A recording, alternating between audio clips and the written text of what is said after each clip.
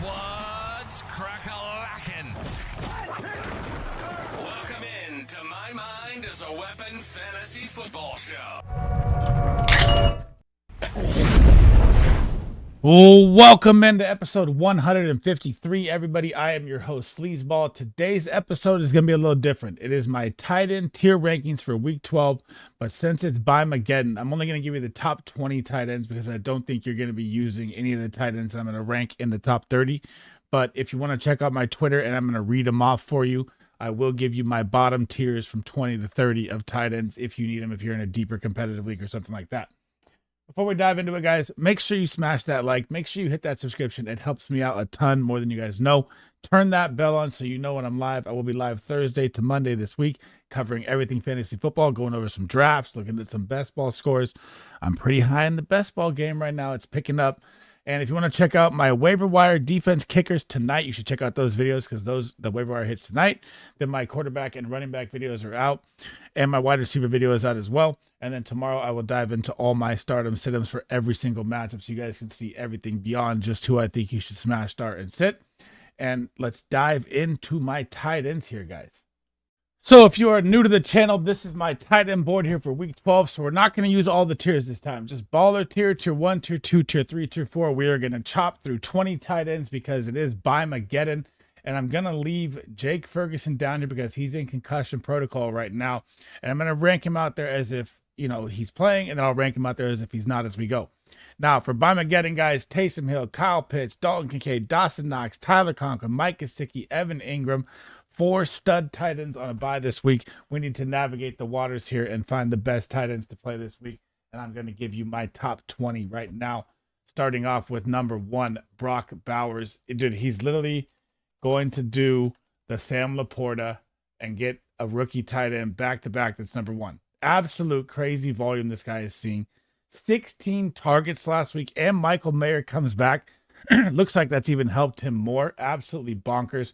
Went up against Miami, and there's really no other option. I mean, Jacoby Myers, you had Jalen Ramsey on him. You're probably going to have the same situation here in Denver with Patrick Surtain on Jacoby Myers. So you're probably going to get another massive game from Brock Bowers. And I always talk about the Denver Broncos defense being one of my favorite defenses, one of the best defenses in football. This is the only weak spot they have is the tight end position. They're 17th versus the tight end, giving up 10.9 points, 9th in the red zone, so about a top 13 to 14 defense. Still a good defense, but it is their weak point. And only about 43.1 yards, which is middle of the pack there as well. But that's not stopping me from starting Brock Bowers anyway. It's not stopping you. You're starting this guy every single week. And if you drafted him, God, man, you are sitting so pretty for the rest of the season. Number 2 is going to be George Kittle, and you're going to have to pay attention to the injury updates here. Missed last week with a hammy, and it was kind of a random out-of-the-game injury, right? So he was okay during the week, and they said he was going to play, and all of a sudden he wasn't out there. But the update now is that he's expected to practice on Wednesday, so it looks like he'll be back out there. This is a must-win game for the 49ers here. I mean, you're going up against the Green Bay Packers. They've owned the Green Bay Packers for a long time. And the only weak spot of the Green Bay's defense is versus the tight end. They rank 23rd. They give up 12.7 points. They rank 18th in the red zone. They gave up 55 yards, which is bottom 15 in the NFL right there as well. And the connection with Purdy and Kittle has been insane this year. If he didn't miss the 2 games, say he didn't miss week 11, he didn't miss week 3, he'd probably be tight end 1. Let's be real. I mean, he's got 20 points over 5 games on the season, 14 points last time they were out there. I expect him to absolutely throttle Green Bay, and he's going to be Purdy's number 1 target, and he's going to explode this week versus the Green Bay Packers. Number 3, we're going to get spicy here. Sam LaPorta. I know he's been the ghost of 2023 where he was tight end 1, but you have to look at this right here. So last week against Houston, the last game he played, he got injured in the game, played 60% of the snaps, saw 6 targets, 3 receptions, 66 yards, got the touchdown. Now you get the Indianapolis Colts, guys. The Colts, like I said, they're my fantasy football pot of gold. This is their weakest part of the pot of gold. They cannot stop the tight end. They give up 15 points a game. They're second last, 31st in the red zone, 56.5 yards a game, bottom 10 and a touchdown every other game to the tight end position. And what you just saw from the Detroit Lions and the Jacksonville Jaguars, they were up 35 points with their starters out there throttling passes, shoving it down their throat. Game script is not going to ever matter to me again for the Detroit Lions. And I actually am going to put Sam LaPorta into the baller tier for the first time in a while. And he's my tight end 3 on the week. If he's out there healthy, got to pay attention to the updates. So all I can see right now is it says ruled out for week 11. Tight end number 4, fresh off the bye, Trey McBride. The Arizona Cardinals, man, their schedule that they started out with, and this is why you subscribe to the channel, guys, right here. I told every single person, buy low, every single show on all the Cardinals before the bye week. The bye week hit. Now there's no longer trades in the redraft league, of course, unless you're playing like a different style redraft league.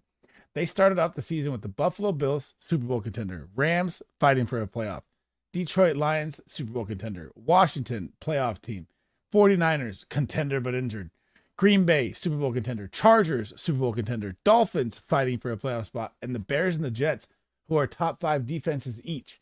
Now they're finally going to get a chance to breathe here. They get Seattle, Minnesota, Seattle, New England, Carolina.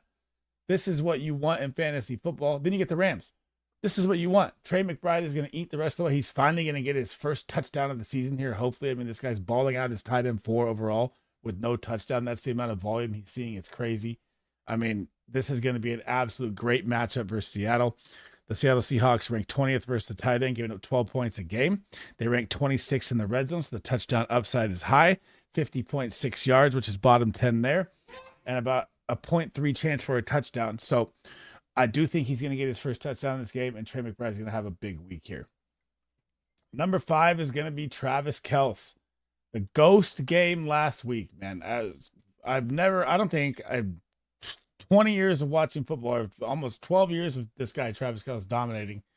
I don't think I've ever seen him get 2.8 points in a game where he played the full game. Absolutely crazy for him to have two catches and 8 yards. You know this is going to be a bounce-back game versus the Carolina Panthers. The Carolina Panthers, along with the Jacksonville Jaguars and the Indianapolis Colts, they're your fantasy football pot of gold. They rank 27th. They give up 15 points to the tight end. Dead last in the red zone, 56 yards, and about a 70% chance of a touchdown every single game. Now, the only thing I'm worried about is game script. Do they just pound the run on them because Carolina can't? They're the worst versus the run in every category. That could happen. Their defense is also very, very good. It's going to get them the ball back a lot here, but I do expect Travis Kelce to have a big game here and bounce back. Tight end number 6, famous Jameis Winston is slinging it all over the yard. It is going to be David Njoku. And I've been saying this for weeks now. He's going to win fantasy championships down the stretch just like he did last year. 19 points last week, 9 targets, 7 targets, 7 targets, 14 targets, 7 targets. This is the most targeted tight end in fantasy football for the past 5 weeks of starting games. I mean, this is why you went out and traded for David Njoku. I know you're getting a little more Jerry Jeudy, a little more Tillman involved, but he's still going to be the focal point. He's still the big body in the red zone. They're going up against the Pittsburgh Steelers, one of the best defenses, but this is like the Denver Broncos and the Steelers and the Chargers. So these are like my 3 favorite defenses. All these teams' weak spot is the tight end. So the Pittsburgh Steelers rank 18th, if that's a weak spot, 11.3 points given up, 19th in the red zone, so kind of a weak spot there, 45.8 yards, middle of the tier, and about a 30% chance of a touchdown. But I rule out the red zone opportunities with David Njoku's size. I don't care if they're number 1. This guy is an athletic specimen, 6'5", I would say 260. They weigh him at like 240. He looks huge. The red zone never scares me with him. Heading out of my tier 1, Cade Otton. And you're going to get Mike Evans back, right? And everyone's going to be like, oh, it's going to take away Cade Otton's targets and all that. I don't think so. I think with Chris Godwin out, for the rest of the season, Cade Otton is still going to see a very good volume share. He's still going to be a top 7 to 8 tight end every single week.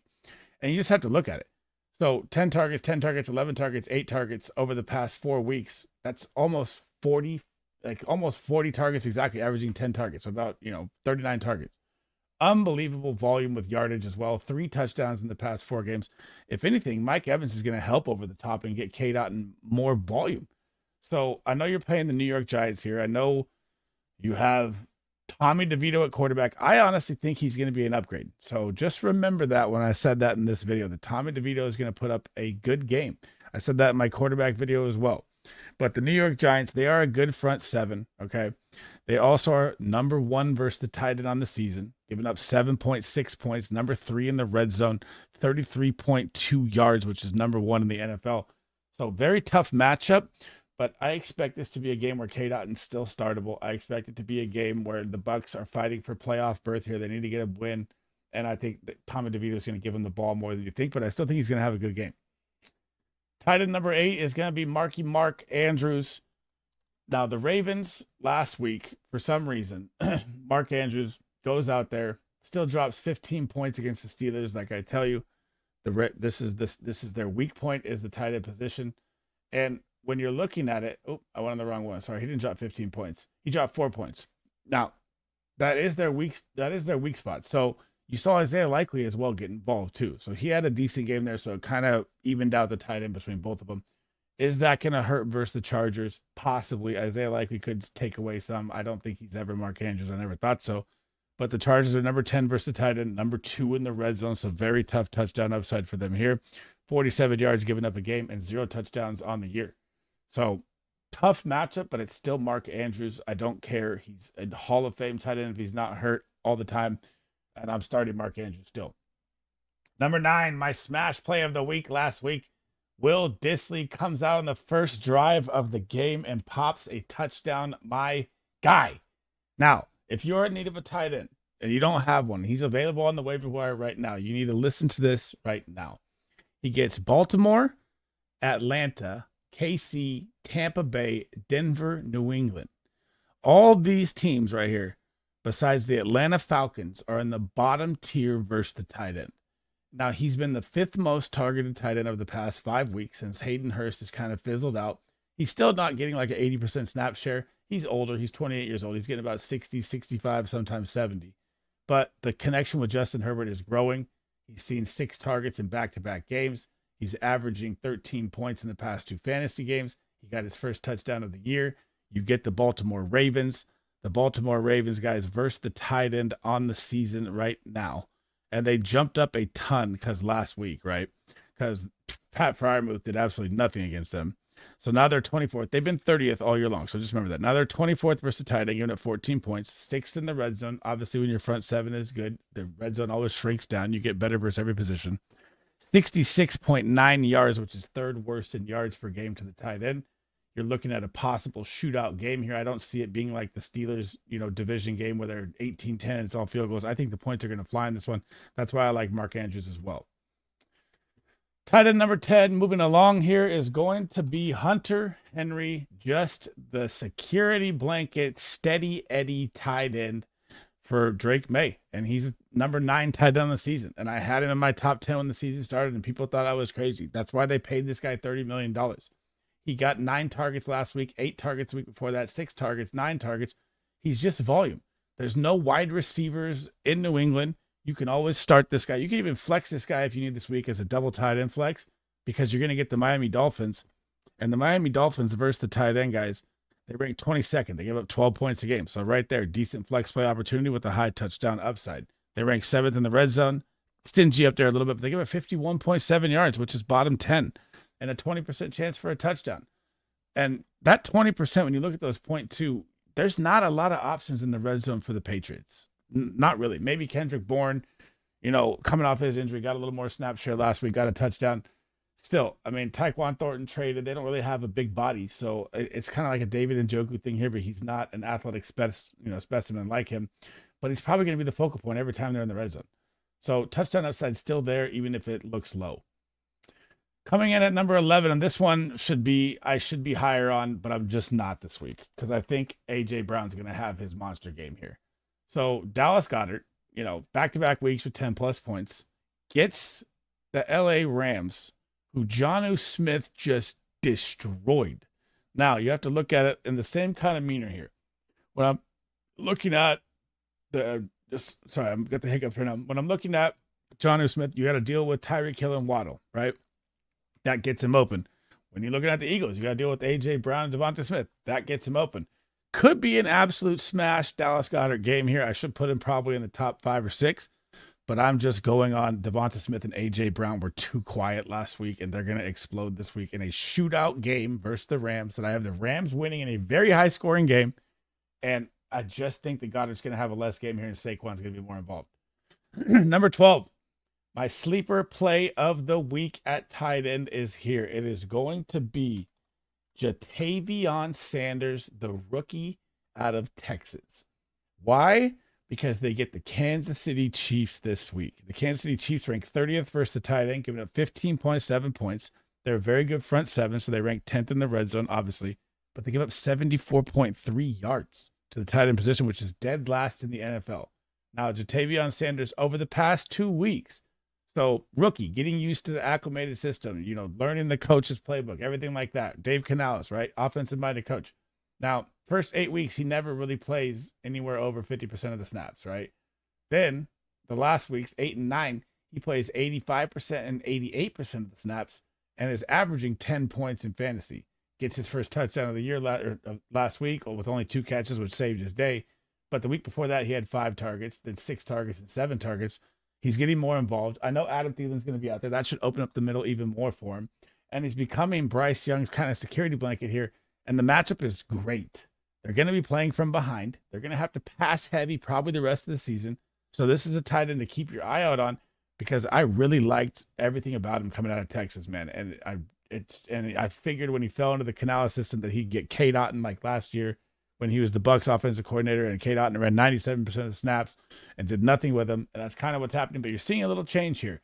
So I like to see that the tight end's getting involved and someone I'm definitely keeping my eye on. And if you need a dart throw play, I am starting him in my monster big league this week. Tier 2, number 1, Tucker Kraft, and a freaking goose egg last week. I don't know what happened in Green Bay, man. Dude, 93% of the snaps last week, and this is why the Chicago Bears defense is the Chicago Bears. That's why I'm always afraid of them. And I know Christian Watson had his day. Jaden Reed got an early touchdown. Tucker Kraft was uninvolved. And now you get the San Francisco 49ers. You're going up against Fred Warner, the best in the business. The Niners rank 5th versus the tight end, 9.4. They rank 11th in the red zone, 35.6 yards, which is top 5. Tough play for me here with Tucker Kraft, but still on buy him again in a week, you're probably still going to start him. Tight end number 14, and you could go back to any of my tight end videos. Any of them, any one you want. I've been talking about keep your eye on Jonnu Smith all year long, and it is finally coming to fruition here. And I know it was the Rams. I know they're weak versus the tight end, but you saw it in the Indianapolis Colts game. And look what happened here.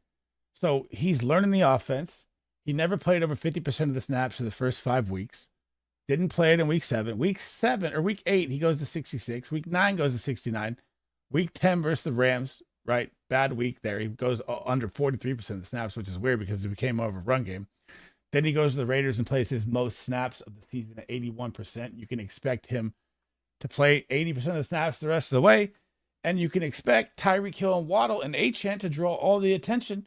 And Jonnu Smith is going to be a good tight end play the rest of the way, guys. I've been saying this. I've been preaching this, and it's here. So heading on to my next tight end is going to be Pat Freiermuth. And the matchup here, I guess the weather, guys, is going to be ugly in this game. But does that bother me with Russell Wilson, who played his whole career in Seattle with the rain? No, it does not. So the Cleveland Browns are good versus tight end. They rank 8th. They give up 9.7. They rank 8th in the red zone. They give up 43.1 yards, which is top 10 in yards as well. So it is an ugly matchup, but on Buymageddon week, I mean, if you have Freiermuth, you're probably starting him. It's going to look green on your app or whatever, but it's not a good matchup. I don't know why those are like that because it's the touchdowns they get. I mean, Russell Wilson doesn't really target his tight end that much anyway, so it's kind of rough either way. But if you need to throw him out there, you can. Again, it's one of those rough weeks. Coming in at number 16, T.J. Hawkinson. And, I mean, you just heard me say it, right? I just talked about this. They're literally... Oh, I went to the wrong guy here. Hang on. So, God damn it. Clicked on the wrong one again? Okay. T.J. Hawkinson. All right, so what just happened with Tucker Kraft? 0 points. Who are the Minnesota Vikings playing? Chicago Bears. At Chicago. You're probably starting T.J. Hawkinson if you have him. I don't like it at all. I've been saying it all year long. This Bears defense is nasty. And every team's kind of lucky, too, that Jaquan Brisker went to IR because this defense would be even better if he was out there. I'm not even going to read their stats for the Bears. They're one of the best.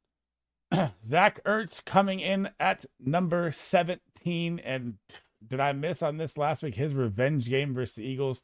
They made sure in garbage time that Zach Ertz got a late touchdown to get 20 freaking points in fantasy. Of course, he beat me in a couple leagues, so I'm mad about it. And I thought the Eagles are so good versus tight end too. They're top 5. That was just crazy to me. But now, Zach Ertz in the matchup this week, you're going to get who? You're going to get the Dallas Cowboys. The Dallas Cowboys season is completely over. Dallas Cowboys are still not great, not bad versus the tight end. They're kind of, top 11 right in the middle. Doesn't matter. Their quarterback play, their running game is shot. I mean, opportunities are going to be there against the Cowboys for the rest of the year. It absolutely sucks for the Cowboys with the injury to Dak Prescott. They didn't have a run game before, but CeeDee Lamb and Jake Ferguson, it looks Shoemaker did see 10 targets with Cooper Rush, right? So that's something to think about. And now that I'm on to talking about the Cowboys here, we're going to jump in Jake Ferguson. He's in concussion protocol right now. So it has been players that have cleared in a week. I've said that they wouldn't, and they have, so I'm not going to jump on that grenade again. But with the targets that Shoemaker saw last week, and they named Cooper Rush the starter again, and it really doesn't matter because it's going to be the security blanket. If Jake Ferguson is out there, I'm going to throw him right there in between Hunter Henry and Will Dissly. If he's out there, again, you got to pay attention to the injury updates. The Washington Commanders versus the tight end right now are currently 16th, so right in the middle of the pack, 10.8, 24th in the red zone, so the touchdown upside is every other game, so it's pretty high, and about 39 yards, so nothing great there as well either. That's top 15 also, top 10. So it doesn't matter, though, because you throw everything out the window with the Cowboys. They're probably going to pass 50 times a game for the rest of the season here. With Cooper Rush or Trey Lance, they should put in a quarterback.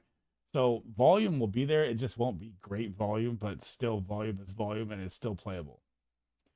Tight end number 18, Cole Kmet, and the new offense, they get rid of Shane Waldron. They bring in Thomas from the McVay tree, and they kind of hung with the Green Bay Packers. And what you have to like, even with Cole Kmet, even though it wasn't great, he had 42 yards and 3 catches, but he played 97% of the snaps, guys. That's what you want in a tight end. But with DJ Moore, Romo Dunze getting the most targets, Keenan Allen getting involved, it's always tough with him. DeAndre Swift's a pass catching back as well. You even saw Roshan Johnson get some catches at the backfield. So you're really not going to get high volume, but he is on the field all the time. And the matchup versus Minnesota, I mean, they're going to blitz the shit out of Caleb Williams. Let's be honest. They blitz at the number 1 rate in the NFL, the 65%. They're going to send the house at him. But if the Minnesota Vikings, when you're looking at, just like I said, like the Chargers, the Steelers, the Broncos, they're a top defense as well. Their only weak spot, their weak spot's definitely the wide receiver, but they have a weak spot versus tight end as well, too, where they give up, 15th in the red zone, 12th on the season with 11 points a game and 45 yards, which is middle of the pack. I still don't trust Cole Kmet as a start, though. Number 18, Dalton Schultz. I never trust this guy, period. It's just something about him. I don't know what it is. He's not a bad tight end at all. That's why they paid him, but he just doesn't see the volume. And, I mean, how else can I explain that you never start Dalton Schultz besides this? This is 11 weeks of fantasy football, right? He's been healthy every single game. He's played over 70% of snaps on average. He's never had a fantasy game over 10 points, and he does not have a touchdown. And Nico Collins is back. He played on the snap count. Tank Dell's still out there. Joe Mixon's absolutely balling, the number 1 fantasy football points per game if you didn't count his injuries. I mean, this is why I didn't draft Dalton Schultz. This is why I said stay away. I'm not even going to read the stats, anything that needed, because I just don't like starting Dalton Schultz. Last but not least, number 20. Remember, I'll read off my other top 10 as well. If you want to check out my Twitter post, that is up there as well. Isaiah Likely, and we talked about Mark Andrews in this game. And the Chargers game, I firmly believe that this is not going to be like the Steelers game, guys. You're going to get a Monday Night Football game that is a shootout here. That's a division, Steelers, Ravens, grind them out, grunt fest, who can hit them the hardest, everything like that. This is going to be a different game. I think it's going to be like 35-32 in this game. So Isaiah Likely is a good throw, but I think it's going to be more Mark Andrews. If you need a tight end to throw out there, I'm okay with Likely because I think it's going to be a high-scoring game. But again, whenever Mark's out there, it's always tough for me to, say start Mark Andrews.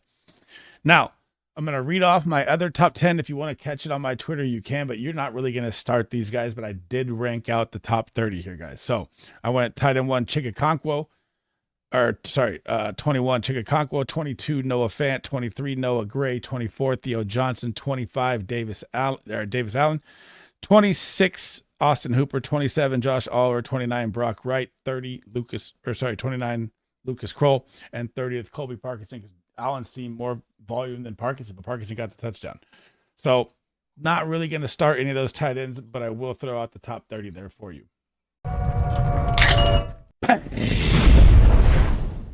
My God, that's the end of the episode. We've made it through all the rankings today, guys. That is quarterback, running back, defense, kicker, wide receiver, tight end. Everything is out there for you. It looks like I may make my goal of hitting my stardom sit-ins for you guys tomorrow before the Thursday kickoff. I'm not promising it, but I'm going to try my best. Before we head out, guys, make sure you smash that like. Make sure you smash that subscription. Turn that bell on. I will be live Thursday before the game. Friday, Saturday, Sunday, have all these different shows with content creators, special guests. And then Sunday is always the big day where we do the 2-hour show before and take every single question. But if you guys cannot make the shows, you can drop any comment you want down below right now. It does not have to pertain to this video. One of my goals as a content creator is to help you guys win your weekly matchup and get you that championship. So ask me anything, and I try to answer them all, guys. And I am dead tired. That is all the rankings for the day.